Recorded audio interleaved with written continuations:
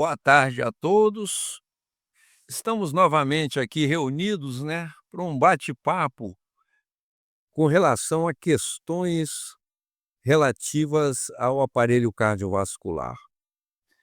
A primeira questão que nós temos hoje tem o seguinte enunciado: quanto aos mecanismos de regulação da pressão arterial, podemos afirmar que a resposta A é a correta.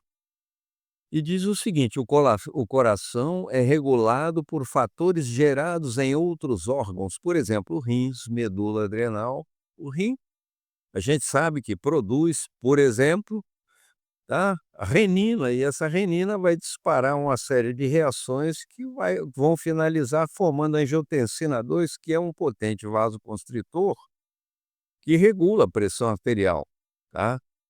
A medula adrenal, por sua vez, libera adrenalina, que é um estimulante adrenérgico que também atua sobre o coração, aumentando a contratilidade, fazendo com que o coração gere mais pressão, ejetando sangue, e também, por outro lado, pode atuar sobre os vasos. Como os vasos têm uma quantidade muito maior de receptores alfa-1 adrenérgico, a ação da adrenalina, ela tem uma ação vasoconstritora, embora a sua ação preferente, quando em pequena quantidade, em vasos que têm bastante receptores alfa-2 adrenérgico, ela faça alfa-2 não, beta-2 adrenérgico, ela faça uma vasodilatação.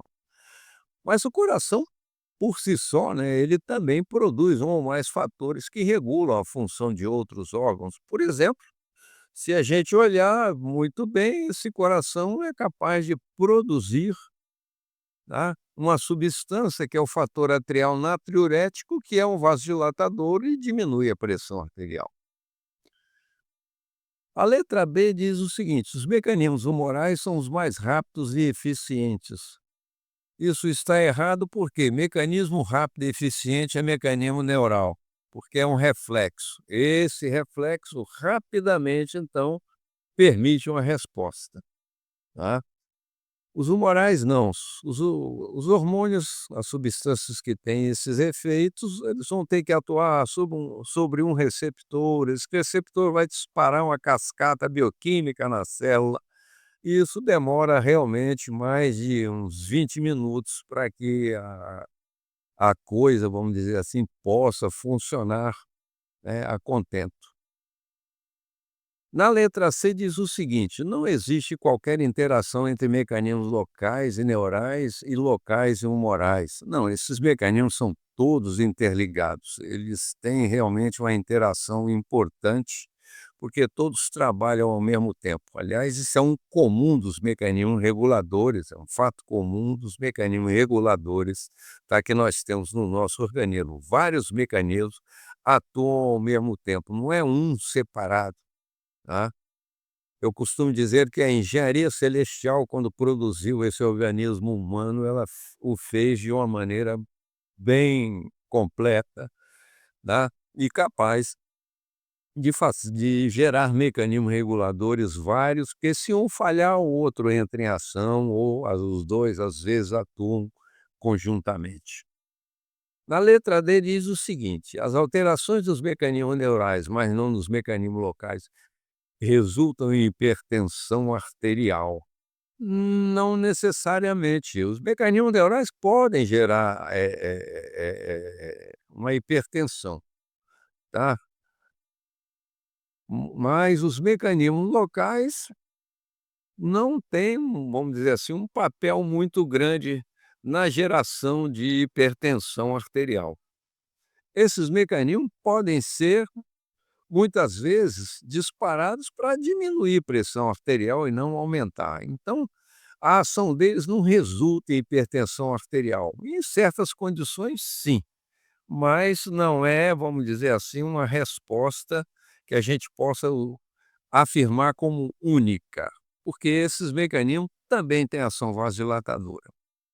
E, por fim, pouco se sabe sobre os mecanismos de regulação cardiovascular, pois as pesquisas nesse campo começaram apenas há 2 décadas atrás, com a descoberta da angiotensina. Isso aí realmente a angiotensina já foi descoberta no início do século passado, tá, no início dos anos 2000, ou seja, não é algo que são de 2 décadas, começou com os anos, vamos dizer aqui 2000 não, foi o século XX, tá, século, que começou com os anos 1900, onde ocorreram, tá, essas descobertas. Na questão seguinte, tem o seguinte enunciado: um dos fatores abaixo é o mais importante regulador do fluxo sanguíneo periférico, regulado por ativação simpática alfa-1 adrenérgica. Também a resposta A é a correta. Por quê? Porque se vocês olharem na figura abaixo, está exposto, por exemplo, os mecanismos biofísicos, as fórmulas, onde tá a resistência ao fluxo, como é que ela é gerada. E ela é inversamente proporcional ao raio do vaso elevado à quarta potência.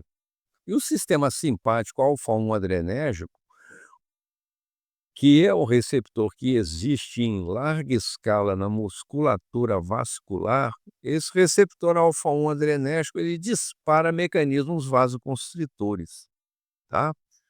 E esse é o mecanismo mais importante. Na realidade, a gente vai ver que esse raio de vaso elevado à quarta potência está ficando no denominador toda vez que o raio diminui, ou seja, quando você tem uma vasoconstrição, o raio do vaso diminui, você aumenta a resistência elevada à quarta potência. Na resposta B, nós temos a viscosidade de sangue. Não é embora atue, não é o fator mais importante. Também o comprimento do vaso, a gente olha lá na fórmula, tá? Não é outro fator importante, porque não é nada elevado a uma potência de 2, 3, 4, não, é um valor simples.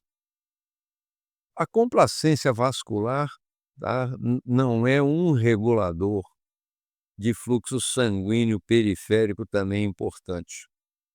Por exemplo, nos vasos arteriais, a complacência não é um fator importante, nos vasos venosos é um fator importante. Mas isso não é um mecanismo regulador, tá, de fluxo sanguíneo periférico.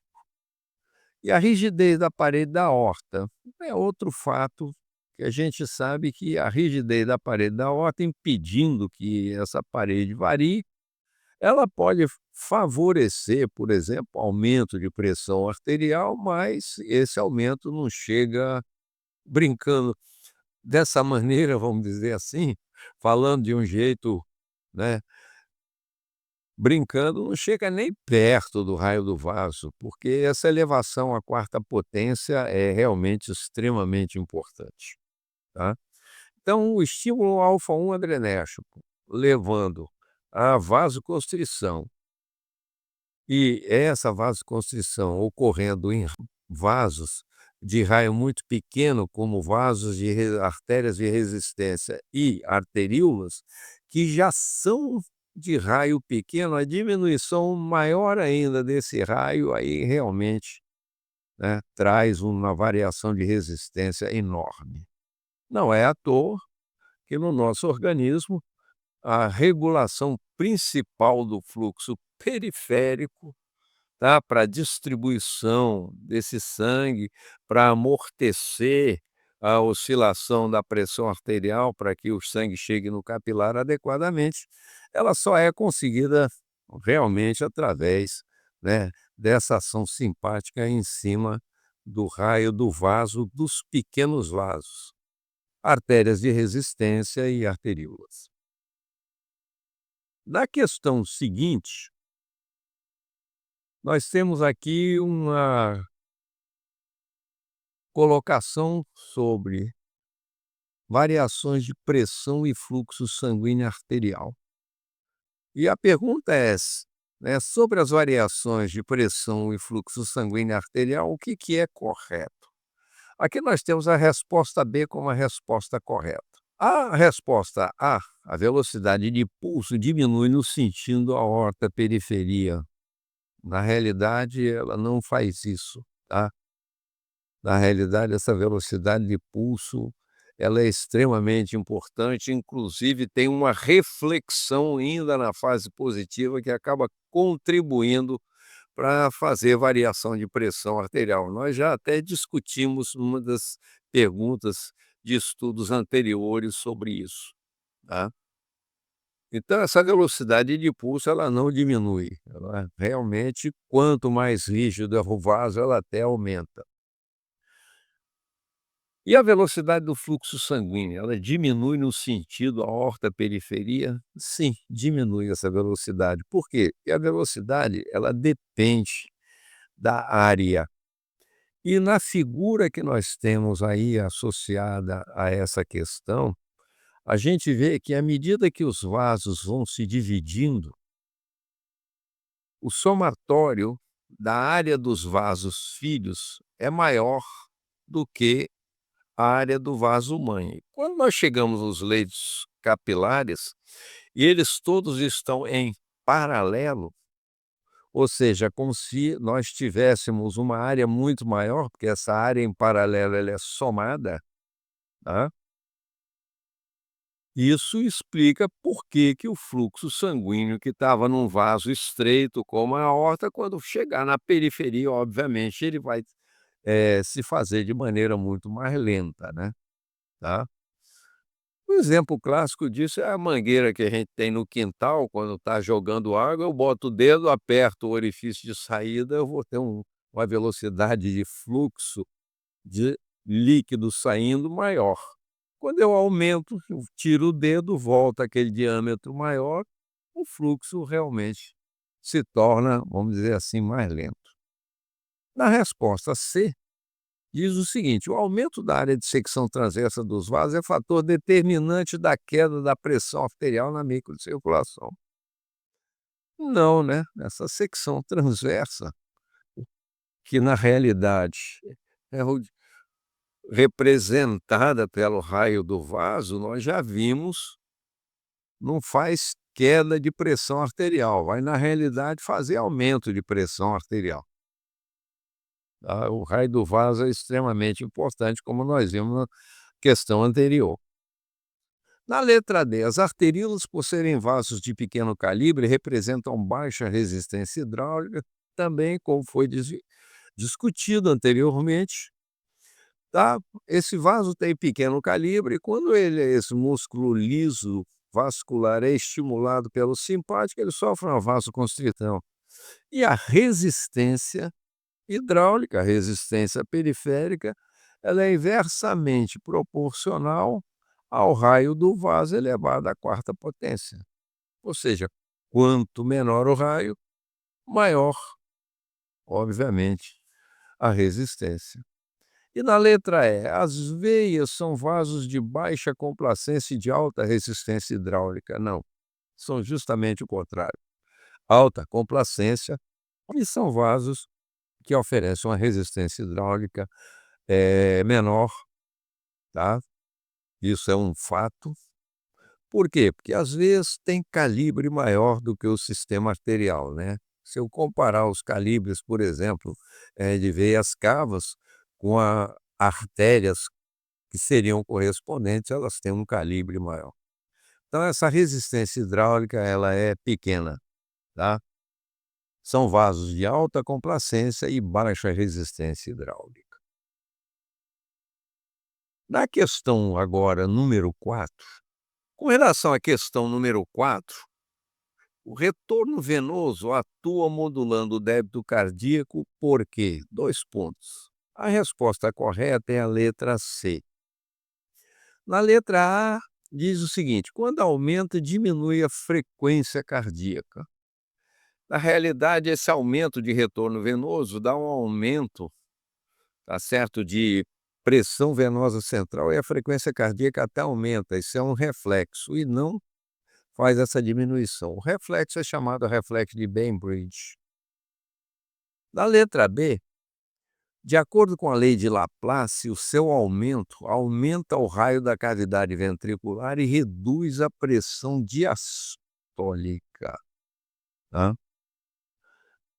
Essa lei de Laplace, ela é interessante porque ela relaciona a tensão da parede, com o raio do vaso, tá. É a tensão de parede dividido pelo raio do vaso, isso gera pressão, tá.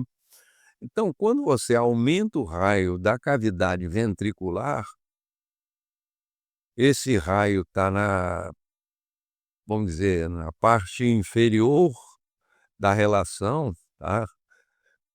Que acontece? Eu vou ter um aumento de pressão diastólica, que é a pressão durante o repouso, tá. Isso até facilita o enchimento ventricular e não reduz essa pressão. Para reduzir essa pressão, o raio, tá, que está no denominador, vai ter que, diminuir, tá.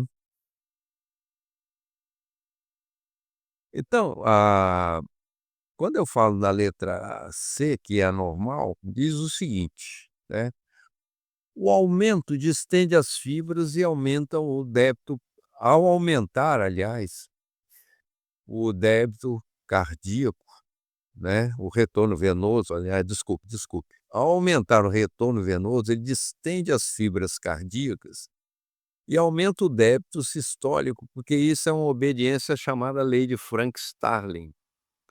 Quando eu distendo as fibras, elas contraem mais forte, consequentemente, geram mais pressão e aumenta o débito. Isso é um mecanismo importante, por quê? Porque a circulação é um circuito fechado. Para ela funcionar, o que entra de um lado tem que sair pelo outro. Por exemplo, o sangue que entra no ventrículo, se entrar mais, tem que sair mais, se entrar menos, tem que sair menos, tá. Ele tem que ejetar menos.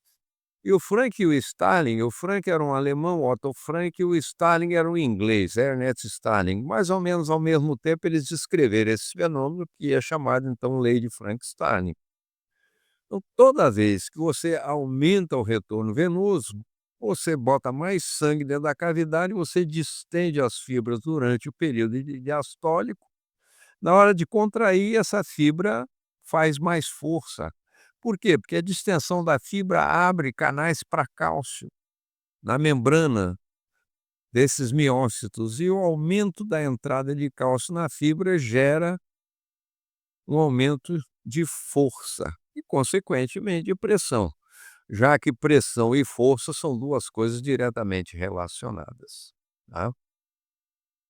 Depois, na letra D, diz assim: "Provoca o aparecimento do fenômeno de Henrep". Não, provoca o tá, a ocorrência do mecanismo de Frank-Starling. O fenômeno de Henrep é um outro fenômeno. Ele está relacionado à pressão arterial, que é a resistência que o ventrículo encontra quando ele está ejetando sangue para dentro da aorta, por exemplo, tá.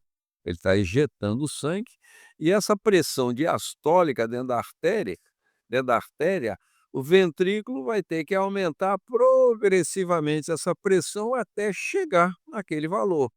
Aí sim ele vai começar a ejetar. Então esse fenômeno de Henrep foi estudado por um autor que tem esse nome, Henrep.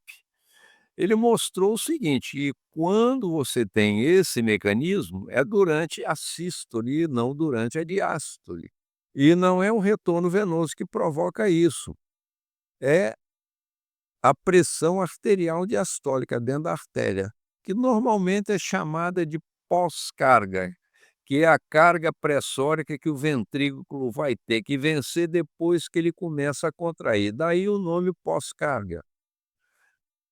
O volume diastólico durante a diástole, então, esse volume de sangue é chamado de pré-carga, porque é uma carga que o coração recebe, mas quando ele está relaxado, quando ele está em diástole, ainda não contraiu, daí o nome pré-carga. E a letra E, nenhuma das respostas correta, não, nós temos a letra C como a resposta correta, né. Quando nós passamos, então, para a questão número 5, tá, a pergunta é: assinala a afirmativa errada. E a afirmativa errada dessa questão aí é a letra B, tá. Na resposta da letra A, a pressão arterial diastólica é função da resistência periférica. E é, quanto maior a resistência periférica, menos sangue vai para a periferia, mais sangue fica dentro da aorta, a pressão dentro da aorta durante a diástole vai ser maior, tá, porque tem mais sangue.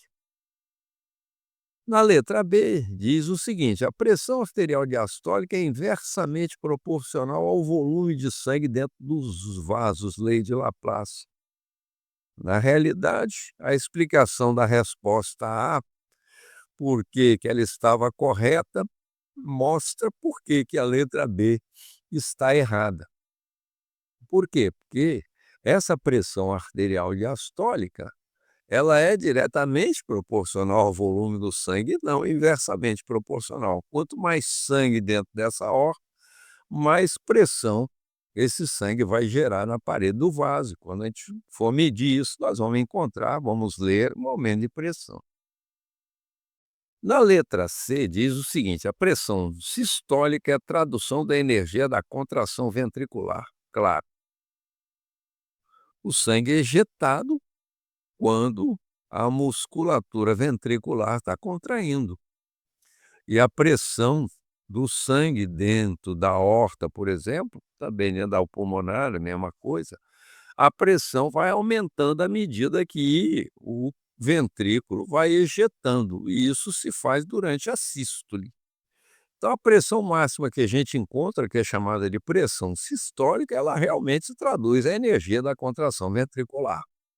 Por quê? Quanto mais esse coração contrai, mais ele ejeta, maior vai ser a pressão lá dentro, que eu estou botando mais sangue dentro do vaso arterial. Na resposta D diz o seguinte: a pressão arterial sistólica é diretamente proporcional ao débito cardíaco. Claro, quanto mais sangue eu ejeto e coloco dentro de uma artéria, maior volume, eu vou ter uma pressão maior aí dentro, tá? Ela também é diretamente proporcional. E na letra E diz o seguinte: a redução do raio dos vasos arteriais e o aumento do seu comprimento aumentam a resistência ao fluxo. Claro, né? Naquela questão que nós discutimos a resistência vascular, a redução do raio dos vasos arteriais, e nós temos artérias de resistência e arteríolas, que também são vasos arteriais. Quanto menor o raio, maior a resistência, né? E também, diretamente proporcional, a resistência ao fluxo sanguíneo aumenta com o comprimento do vaso, tá? Esse comprimento sendo maior, a nossa pressão é maior.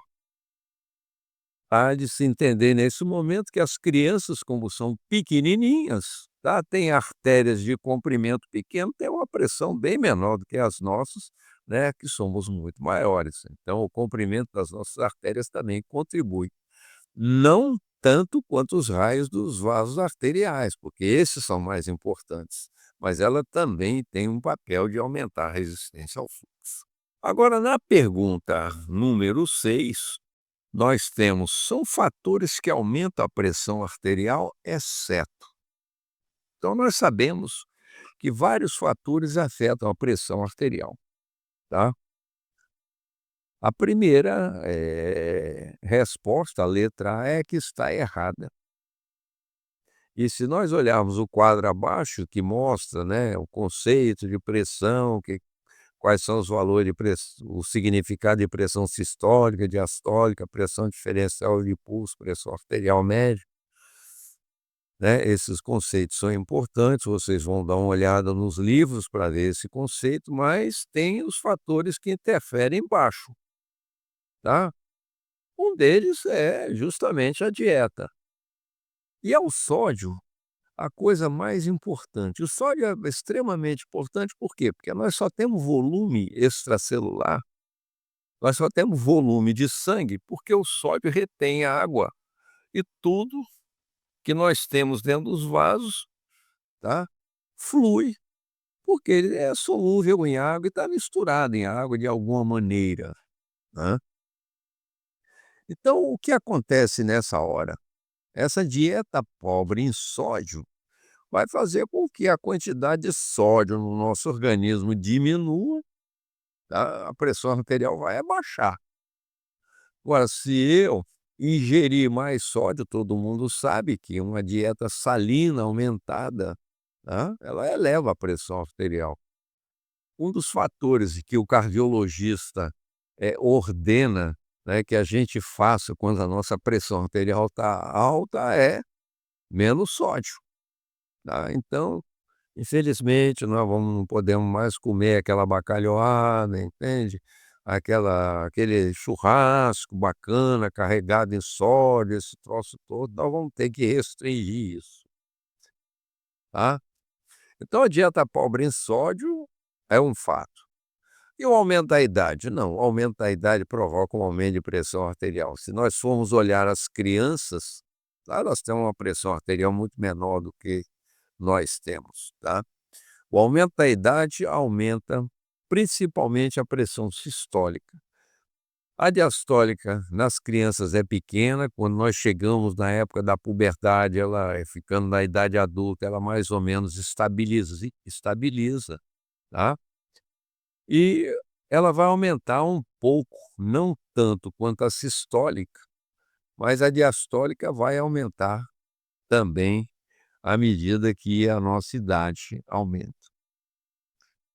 A maior atividade simpática, todos nós sabemos que essa atividade simpática, ela atua sobre o coração, fazendo com que esse coração gere maior pressão, então vai aumentar a pressão sistólica, tá, e nos vasos vai fazer vasoconstrição, vai aumentar a pressão diastólica.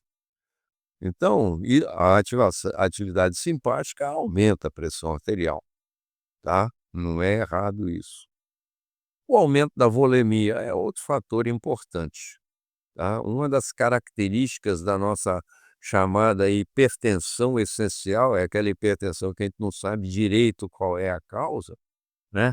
Um autor americano, que é autor de um livro de fisiologia importante, que é o Guyton fez uma série de experiências em que ele mostrou de maneira interessante que nós começamos a ter um aumento de pressão arterial, uma série de mecanismos são disparados e um dos mecanismos que mantém esse aumento de pressão arterial é justamente o aumento de volume circulante, tá. Principalmente por quê? Porque o sódio está envolvido, a gente em vez de ter pouco sódio, tem mais sódio na circulação, porque certos componentes hormonais, como por exemplo a aldosterona, são gerados e essa aldosterona aumenta a reabsorção de sódio pelo rim, o resultado é que a gente tem um aumento da volemia, né. E aí embaixo o hiperaldosteronismo, é aquilo que eu falei, como a aldosterona atua principalmente a nível renal, aumentando a reabsorção de sódio, consequentemente a reabsorção de água, além dessa aldosterona, né, tem uma série de outros efeitos, mas esses são os importantes naquilo que diz respeito à pressão arterial. O hiperaldosteronismo é uma patologia onde a gente tem, né, um aumento de pressão arterial como quadro mais importante, tá? Como quadro mais importante, porque essa aldosterona tem uma ação, né, de aumentar a reabsorção, tá, de sódio e de água e com isso aumenta a pressão arterial, ok? Terminado então essas questões, vamos fazer um intervalo e daqui a pouco estaremos de volta com vocês. Forte abraço.